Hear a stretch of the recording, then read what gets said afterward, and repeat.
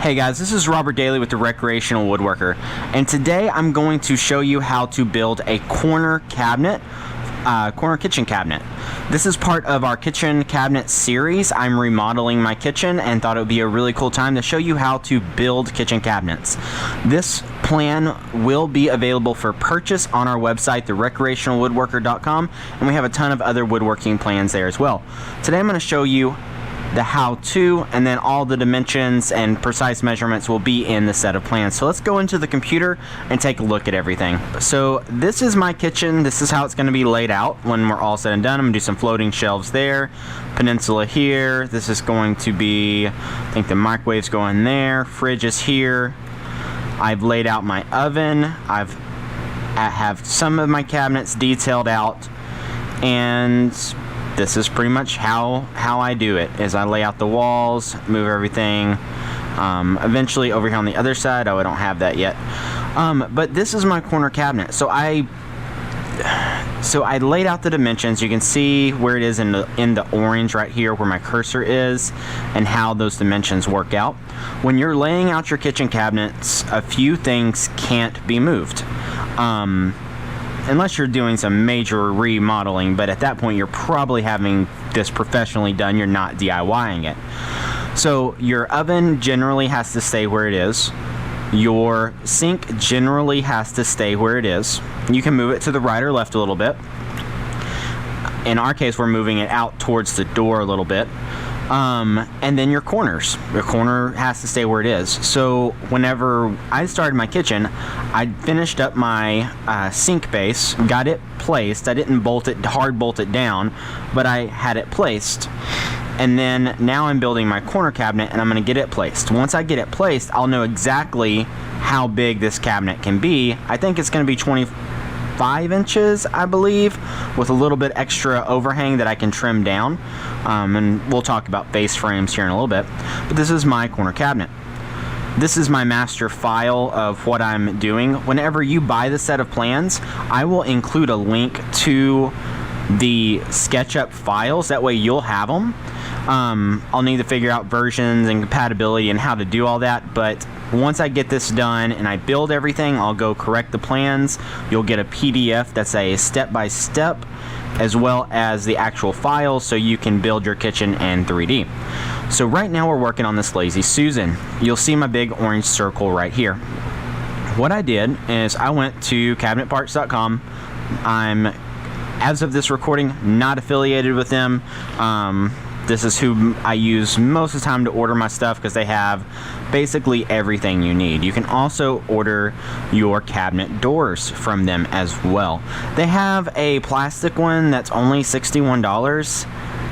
Personally, I didn't like the looks of that. I wanted it to be a little bit nicer, and so I bought the this one. It hasn't gotten here yet, but the cool thing is, from cabinetparts.com, and I'm sure other suppliers do this as well, you can actually scroll down and see how to measure and the installation instructions, and that's what I based these dimensions on. Is a 28-inch diameter kidney shape Lazy Susan. So as long as you stay in that 28-inch diameter, you can get whatever brand you want, but this is the one I'm using, and of course there will be a link to that. Alright, so I have this here, and now I have it detailed out. I put that 28-inch diameter Lazy Susan in there. You can see I've got some clearance all the way around. You can see our wasted space. A corner cabinet, if with any other than just leaving this open, is going to have some wasted space. And I have my doors laid out. We'll cover how to measure doors for this in another video. So I went ahead and did all the math and dimensioning to lay this out right here, and you'll notice I cut the back corner off. Here's the thing, you don't want to be fighting a 90-degree corner in a not 90-degree wall. I have met very few, if any, walls in homes that are a true 90 degrees. When we build this, hopefully it should be a true 90 degrees, and we don't want to be fighting any inconsistencies in the wall. Also, this would be a 36-inch by 36-inch cube, and would be nearly impossible to get through most interior doorways. By building it this way with the angle, I think your longest point, let's see, comes out to be 31 inches, and so that fits through a 36-inch door, and you can probably L it through and angle it through a, say, 22, 24-inch door if you had to. So that's why we're going to build it this way. On this plan, I don't have detailed out the bottom supports. I'll probably just come off the back right here and just put some scrap plywood cleats here to cover that. Other than this, we have our standard sides that I showed you how to make in another video. We have 2 of those. The face frame is going to be a little bit tricky, but I'll show you how to do that as well. We're just going to do butt joints for that. There's no reason to try to do any miters or anything like that. And then, of course, I can just move this guy out of the way so you can see this. And so part of me thinks this would make a really nice, just big open cabinet to really put those big bulky things without a Lazy Susan, but we're going to do Lazy Susan. We can always take it out later. So that is our corner cabinet. Now let's build it. Okay, so when you cut this out, I think it's important to go cut by cut. I could have traced this whole thing out and then cut everything at once, but then I wouldn't have caught my mistake. So the first thing we do is make our L here, and we're referencing off a 90-degree corner. Then when I started checking my measurements, I realized that I had to actually trim off about 1 inch because of the rabbet inside of the cabinet and just the way the math worked, because this is going to sit inside the cabinet with a rabbeted back.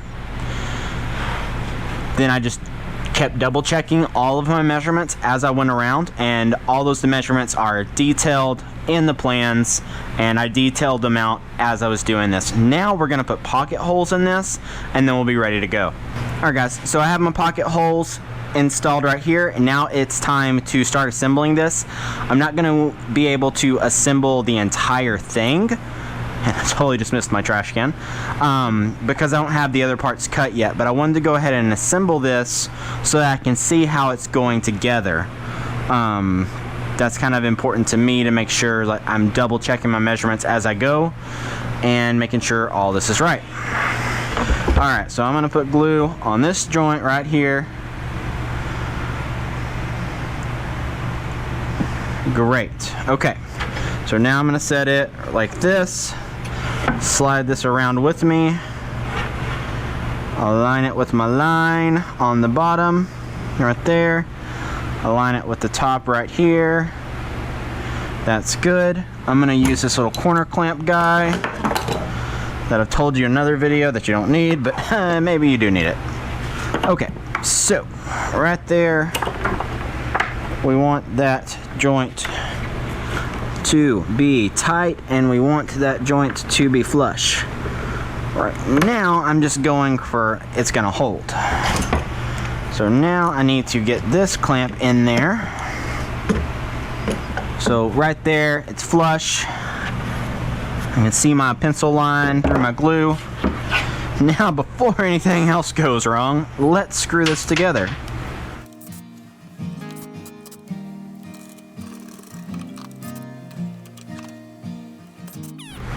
Alright, we're pretty much good. So let's put some glue on this and get this cabinet done.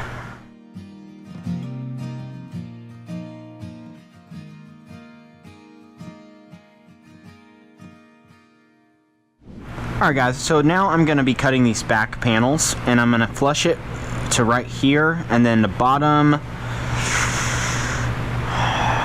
I think I'm just going to take a 4-inch scrap of plywood and just pocket screw it on. That's the same as this, and that'll just be the easiest way to do it.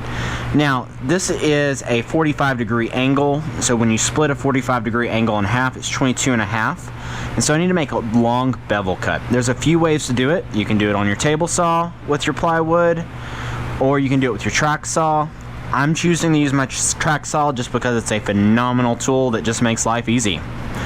Alright, so I've just pulled the cabinet down onto the ground, and I'm going to put glue into the rabbet.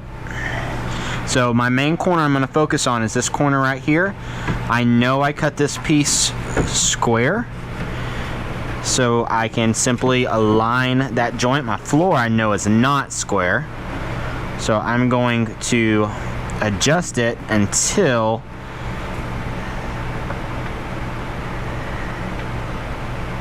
that lines up. Probably should have done this on my bench. Alright, so I've got that flush right there. So I have my 2 back pieces that are 1/2-inch plywood. Don't let angles scare you. They're not that hard. It's 22.5. That's the angle. And the cool thing is, this is a base corner cabinet that's going to get painted. So if there's a little bit of gap, a little bit of caulk, a little bit of paint, makes a carpenter what he ain't. Alright? But this one, I have to do a double angle. So see, I have that angle right there and that angle right there. So I have to do 22.5 and 22.5 there.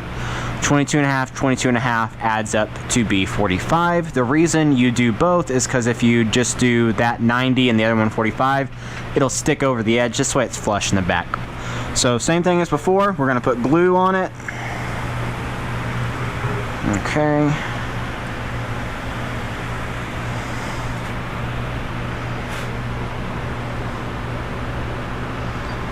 There we go. Okay.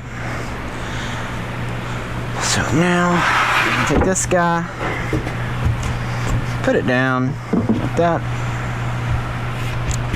and then just fit it in there. Good. So basically, I'm just gonna make sure it's flush with the bottom, and then I'm just going to align these guys and then pin them in place.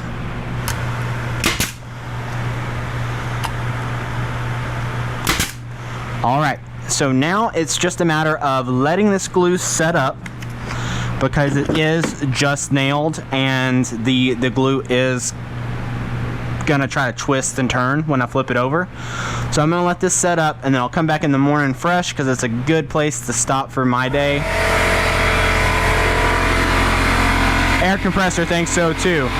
The glue had time to set up, so that's holding those panels in place. And I just didn't want to stress those joints before I left for the day. Instead of building the face frame for this one as its own unit, I'm going to just glue and nail the face frame in place and stick it together. I've already got my stretchers cut to the right length, and I've already got pocket holes in them. They're most likely going to end up about here. I'm not going to glue these in place because I might need to take them out, or I might need to add some bracing whenever my Lazy Susan hardware arrives, and so I'll cut to that part towards the end of the video and actually installing the Lazy Susan and then measuring the doors and things like that. But I don't have it yet, so I can't do it now, but it shouldn't be too hard to just drop it in there. It seems like it all pieces together anyway. So now we're just going to glue our face frames on. So let me show you how to do that. Alright, so same as before, we are doing our face frames flush with the inside. That gives us a lot of overhang to the outside, but either way, it's going to be wasted space, and it makes things easier on the installation to just go ahead and have this flush with the inside, in my opinion. Again, you can build your cabinets however you want to, but if you buy my plans, that's how it's going to be. So, just going to run a bead of glue right here. We're just going to flush it with the inside and flush it with the top.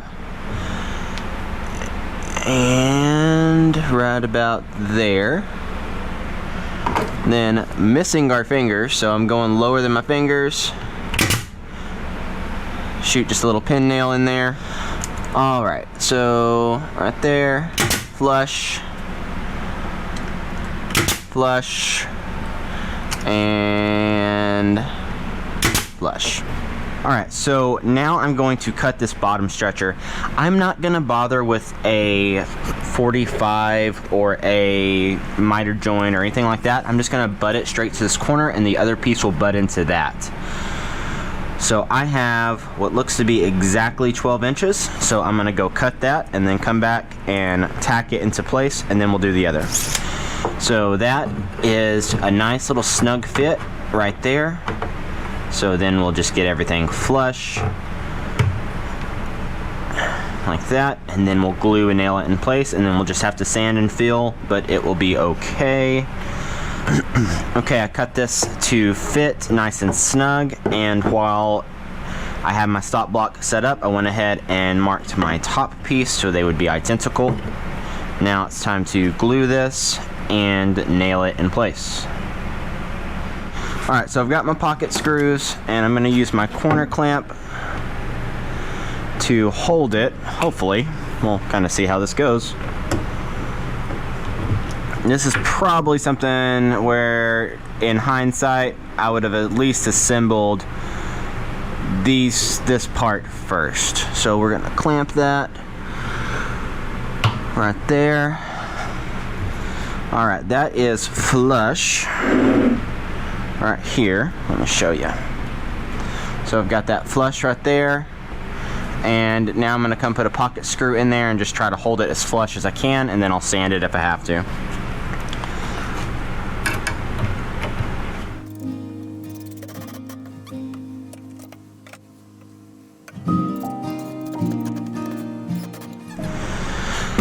We're good there.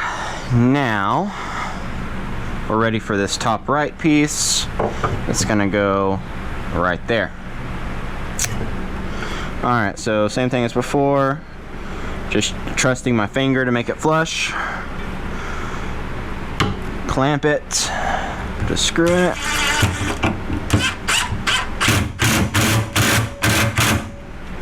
Okay, so that's good right there.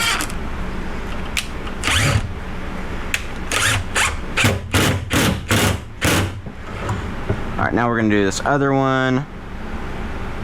Just going to clamp that together flush.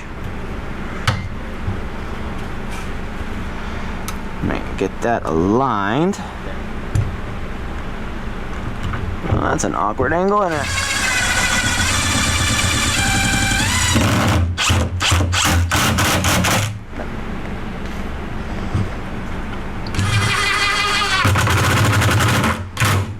Cool. Okay.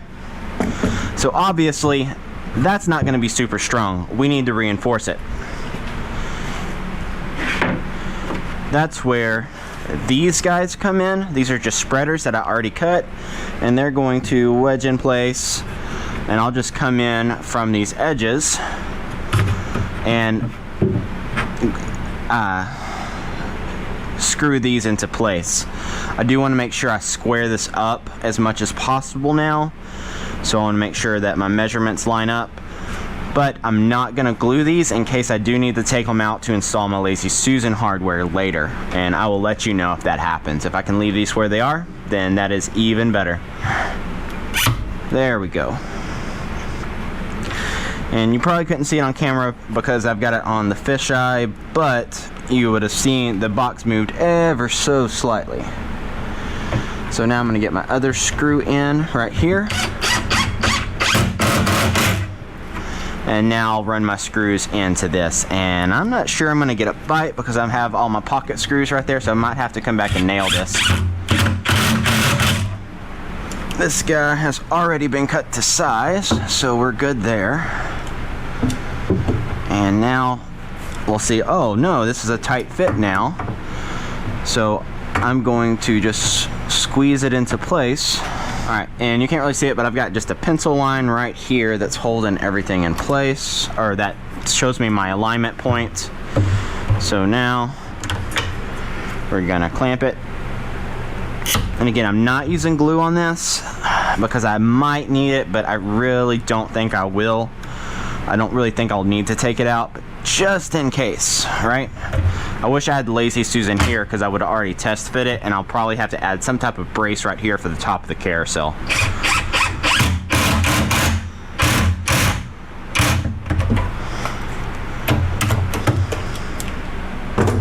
Okay guys, so this is how to build a corner cabinet. You could put drawers in this if you want to. You could just leave it open. This is definitely 1,000 times better than your blind corner cabinet, because even if you didn't do anything in here but add a shelf, you can get to everything pretty easily. So let's walk you around the cabinet and show you what we did. Our side panels for all of our base cabinets are exactly the same. So that's easy. If you see the sink base video, I show you how to cut that and create a jig for the toe kick. go into detail on that there. Super easy to do. All your base cabinets are going to have the same exact side panel no matter what you're doing. The base is the tricky part. I will have to go into my SketchUp file, correct just a few measurements, but the measurements in the plans will be accurate, and I will include the 3D models to all the cabinets that I build, so you can go into SketchUp yourself. There's a free version of SketchUp that you can use online, and you can go and you can kind of lay out your kitchen and customize things if you need to. So I've got my top spreaders here. Somebody's probably going to judge me for that. There's probably a better way to do it, but this is a pretty simple way. I've got a very strong box that's holding itself square. My backs are 1/2 inch plywood. I do have it in a Rabbet right here. I have a video on how to cut a Rabbet joint with a table saw, or you can do it with a router, or you can do it with a router table. There's several ways to do that. You can see right here some screws coming off. I might get a grinder, grind that off. I might just leave them because it's gonna go against a wall anyway without any electrical or plumbing there.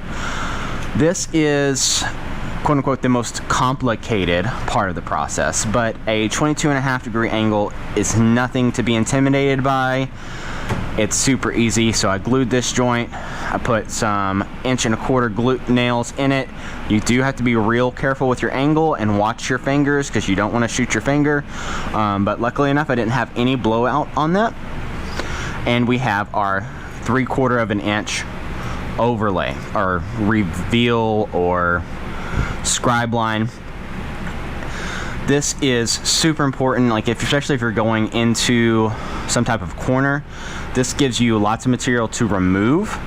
If for some reason your cabinets aren't lining up, you can scribe these two joints together, and that just gives you the room that I think makes installing cabinets a little bit easier.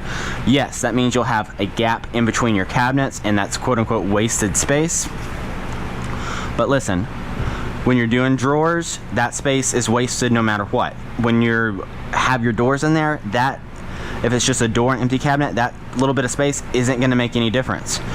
So in my opinion, make your face frame flush with the inside of your cabinet. That's kind of European is face frameless or is frameless cabinets, and so everything's flush. And that just, the system that they use makes it really easy just to mount your hardware, mount your drawer slides right on the side, because you're going to make a nice square box, and it makes those processes so much easier that it's worth the trade-off to me, in my opinion, to go ahead and lose that little bit of space. So that's what we did here. And now this is ready to get sanded, and I'm going to go set it in the house and then start building my first drawer bank. Thanks for watching. Be sure to subscribe. Go to the website, daileywoodworks.com. I don't know if it's going to be /kitchen cabinets or blog/kitchen cabinets, but there will be a blog post link in the description below of where you can go to read the full article and buy the plans when they're available. Alright guys, thanks for watching. We'll see you next time. Bye.